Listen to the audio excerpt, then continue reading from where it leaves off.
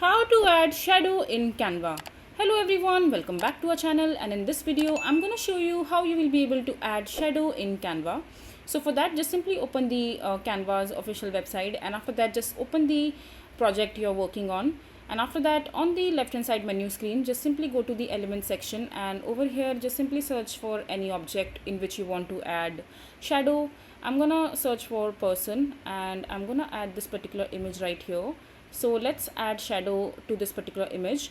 Now just simply click on the edit section from the top menu, and over here you have different options. Just simply scroll down, and under the effect section you will be able to see the option called shadows. Just simply tap on it, and now you have different options in order to create shadow to this particular image right here. So you can select the glow shadow, drop, outline, angled, and left page lift, curve, and backdrop.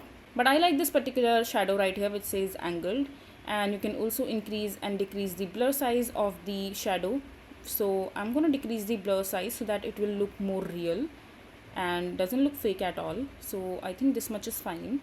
You can also click on the rotation section, and you can make it more real and authentic. So for example, this much looks quite real and authentic, it doesn't look fake at all.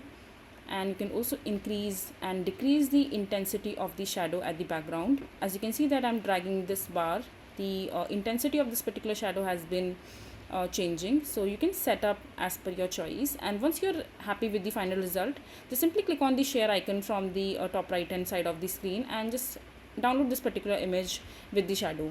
So yeah, this is basically how you will be able to add shadow in Canva. I hope you find this video to be helpful. So that is it for this video. If you find this video to be helpful, make sure to hit that like button, and don't forget to subscribe to our channel for more such informative videos, and I'll see you the next time.